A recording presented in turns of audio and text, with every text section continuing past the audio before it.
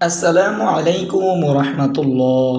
প্রিয় বন্ধুরা, মহান আল্লাহ সুবহানাহু ওয়া তাআলার গণনায় মাস ১২টি। এর মধ্যে 4টি মাস সম্মানিত, যেগুলোতে মহান আল্লাহ সুবহানাহু ওয়া তাআলা যুদ্ধ বিগ্রহ ও রক্তপাত হারাম ঘোষণা করেছেন। এর মধ্যে জিলহজ মাস একটি আত্মত্যাগের মাস। চলতি জুন মাসের 7 তারিখ 29শে জিলকদ সন্ধ্যায় চাঁদ দেখা গেলে সন্ধ্যা থেকেই শুরু হবে সম্মানিত মাস জিলহজ। 8 জুন জিলহজ মাসের প্রথম দিন গণনা শুরু হবে, অর্থাৎ আজ। সেক্ষেত্রে ঈদুল আজহা ও কুরবানি হবে 17 জুন। আর যদি 7 জুন চাঁদ দেখা না যায়, তবে 8 জুন জিলকদ মাস 30 দিন পূর্ণ হবে। 9 জুন শুরু হবে জিলহজ মাস। সেক্ষেত্রে পবিত্র ঈদুল আজহা ও কুরবানি হবে 18 জুন। প্রিয় বন্ধুরা, কোরআন ও হাদিসের আলোকে জিলহজ মাসের প্রথম দশকের বিশেষ 10টি আমল খুবই গুরুত্বপূর্ণভাবে বর্ণনা করা হয়েছে। এই আমলগুলো আমাদের প্রত্যেকটি মুমিনের জানা থাকা খুবই প্রয়োজন। অবশ্যই ভিডিওটি শেষ পর্যন্ত দেখতে থাকুন। প্রিয় বন্ধুরা, নাম্বার 1, তওবা করা। তওবার অর্থ প্রত্যাবর্তন করা বা ফিরে যাওয়া। যেসব কথা ও কাজ মহান আল্লাহ সুবহানাহু ওয়া তাআলা অপছন্দ করেন তা বর্জন করে যেসব কথা ও কাজ তিনি পছন্দ করেন তার দিকে ফিরে যাওয়া। অতীতে এই ধরনের কাজে জড়িয়ে যাওয়ার বিষয়ে ঐকান্তিকভাবে অনুতপ্ত হওয়া। কাজগুলো পরিত্যাগ করার ব্যাপারে দৃঢ় সংকল্প করা। আল্লাহর পছন্দের কাজগুলো করা ও অপছন্দের কাজগুলো ত্যাগ করার ব্যাপারে দৃঢ় প্রতিজ্ঞা হওয়া। কেবলকৃত পাপের জন্য তওবা নয়, বরং অতীতের সব পাপের জন্যই তওবা করা। তওবার আবশ্যকতা বিষয়ে পবিত্র কোরআনুল কারিমে মহান আল্লাহ সুবহানাহু ওয়া তাআলা বলেন, হে মুমিনগণ, তোমরা আল্লাহর নিকট তওবা করো, বিশুদ্ধ তওবা করো। সম্ভবত তোমাদের প্রতিপালক তোমাদের মন্দ কাজগুলো মোচন করে দিবেন এবং তোমাদের জান্নাতে প্রবেশ করাবেন, যার পাদদেশে প্রবাহিত রয়েছে নদী। সেই দিন আল্লাহ লজ্জিত করবেন না নবীকে এবং তার মুমিন সঙ্গীদেরকে। তাদের জ্যোতি তাদের সম্মুখে ও দক্ষিণ পাশে ধাবিত হবে। তারা বলবে, হে আমাদের প্রতিপালক, আমাদের জ্যোতিকে পূর্ণতা দান করো এবং আমাদেরকে ক্ষমা করো। নিশ্চয়ই তুমি সর্ববিষয়ে শক্তিমান। সূরাতুত তাহরিমের 8 নম্বর আয়াতে মহান আল্লাহ রাব্বুল আলামিন এই বিষয়টি উল্লেখ করেছেন। প্রিয় বন্ধুরা, 2 নম্বরে রয়েছেন অধিক পরিমাণে আল্লাহর জিকির করা। মহান আল্লাহ সুবহানাহু ওয়া তাআলা বলেন, যেন তারা তাদের জন্য স্থাপিত কল্যাণসমূহ প্রত্যক্ষ করে এবং নির্দিষ্ট দিনসমূহে আল্লাহর নাম উচ্চারণ করে। সূরা হজের আয়াত নম্বর 28-এ আল্লাহ রাব্বুল আলামিন এই জিকিরের এই বিষয়টি উল্লেখ করেছেন। হযরত আব্দুল্লাহ ইবনে আব্বাস রাদিয়াল্লাহু তাআলা আনহু বলেন, উক্ত আয়াতে নির্দিষ্ট দিন বলে জিলহজের প্রথম দশকে বোঝানো হয়েছে। তাফসিরে ইবনে কাসির 5/415 নম্বর এই বিষয়টি উল্লেখ রয়েছে। প্রিয় বন্ধুরা, 3 নম্বরে যে বিষয়টি রয়েছে সেটি হচ্ছে নেক আমলের প্রতি যত্নবান হওয়া। নবীজি সাল্লাল্লাহু আলাইহি ওয়াসাল্লাম বলেন, মহান আল্লাহর কাছে অন্যান্য সময়ের আমলের চেয়ে জিলহজ মাসের প্রথম 10 দিনের আমল অধিক প্রিয়।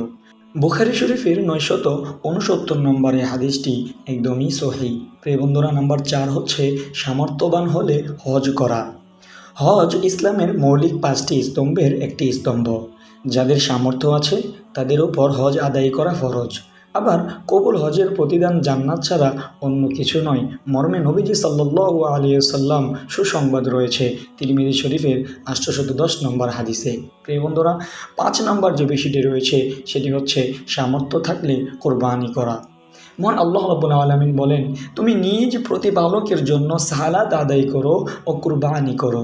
সূরা কাউসারের আয়াত নম্বর 2-এ আল্লাহ রাব্বুল আলামিন এই বিষয়টি তার বান্দাদেরকে জানিয়ে দিয়েছেন। প্রিয় বন্ধুরা, নাম্বার 6 যে বিষয়টি রয়েছে সেটি হচ্ছে চুল নখ না কাটা।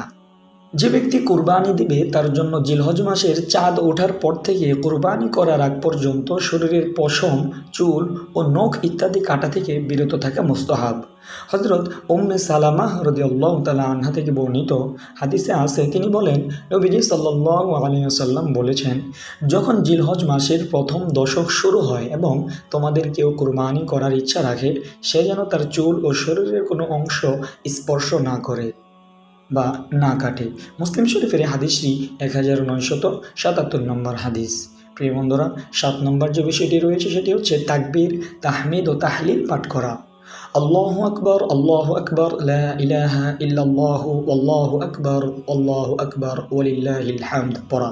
হযরত আব্দুল্লাহ ইবনে ওমর রাদিয়াল্লাহু তাআলা আনহু থেকে বর্ণিত হাদিসে আছে, নবীজি সাল্লাল্লাহু আলাইহি ওয়াসাল্লাম বলেন, মহান আল্লাহর কাছে জিলহজের 10 দিনের আমলের চেয়ে শ্রেষ্ঠ ও প্রিয় আমল নেই। অতএব এই দিনগুলোতে তোমরা অধিক পরিমাণে তাকবীর, তাহমিদ ও তাহলিল পাঠ করো। জিলহজ মাসের 5 দিন তাকবীর তাশরিক আদায় করা। আল্লাহু আকবার, লা ইলাহা ইল্লাল্লাহু আল্লাহু আকবার ওয়ালিল্লাহিল হামদ। প্রিয় বন্ধুরা, এর অর্থ হচ্ছে মহান আল্লাহ ছাড়া কোনো ইলাহ নেই। মহান আল্লাহ মহান, সব প্রশংসা মহান আল্লাহরই জন্য। জিলহজ মাসের এই 10 দিন শুরু হয় তা 9 জিলহজ ফজর নামাজের পর থেকে, আর শেষ হবে 13 জিলহজ আসর নামাজে। উল্লেখ রয়েছে এই 5 দিন 23 ওয়াক্ত ফরজ নামাজের পর এই তাকবীর বলাটা ওয়াজিব, চাই নামাজ একাকে আদায় হোক বা জামাতে আদায় হোক। তাকবীরে তাশরিক পুরুষরা উচ্চস্বরে আর নারীরা সশব্দে পড়বে, অর্থাৎ নারীদের তাকবীর শব্দ যেন গায়রে মাহরাম, অন্য লোকে শোনা যাবে না। প্রিয় বন্ধুরা, 9 নম্বর যে বিষয়টি রয়েছে, প্রথম 9 দিন রোজা রাখা। কোনো বর্ণনায় জিলহজের প্রথম 9 দিনের সিয়াম পালনের নির্দেশনা পাওয়া যায়। তাছাড়া এই দিনগুলোর নেক কাজ আল্লাহর প্রিয় হওয়ায় এর সব দিনেই নফল সিয়াম রাখা যায়। অনেক ইমামগণও জিলহজের প্রথম 9 দিন সিয়াম পালন করাকে মুস্তাহাব বলেছেন। প্রিয় বন্ধুরা, 10 নম্বর যে বিষয়টি রয়েছে, আরাফার দিন বিশেষভাবে রোজা রাখা। হযরত হাফসা রাদিয়াল্লাহু তাআলা আনহা থেকে বর্ণিত হাদিসে আছে, তিনি বলেন, 4টি আমল নবীজি কখনো ছাড়তেন না: আশুরার রোজা, জিলহজের প্রথম দশকের রোজা, প্রত্যেক মাসের 3 দিনের রোজা এবং ফজরের আগে 2 রাকাত সুন্নত নামাজ। নাসাই শরীফের হাদিসটি 2415 নম্বর হাদিস। প্রিয় বন্ধুরা, নবীজি সাল্লাল্লাহু আলাইহি ওয়াসাল্লাম বলেন, আরাফার দিন রোজা রাখলে আশা করা যায় মহান আল্লাহ তার পিছনে এবং সামনের 1 বছরের সগীরা গুনাহ ক্ষমা করে দিবেন।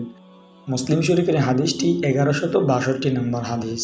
প্রিয় বন্ধুরা, মহান আল্লাহ সুবহানাহু ওয়া তাআলা আমাদের প্রত্যেকটি মুমিন বান্দাদেরকে এই জিলহজের 10 দিনের আমল করার তৌফিক দান করুক। আমিন সুম্মা আমিন। আসসালামু আলাইকুম ওয়া রাহমাতুল্লাহি ওয়া বারাকাতুহু।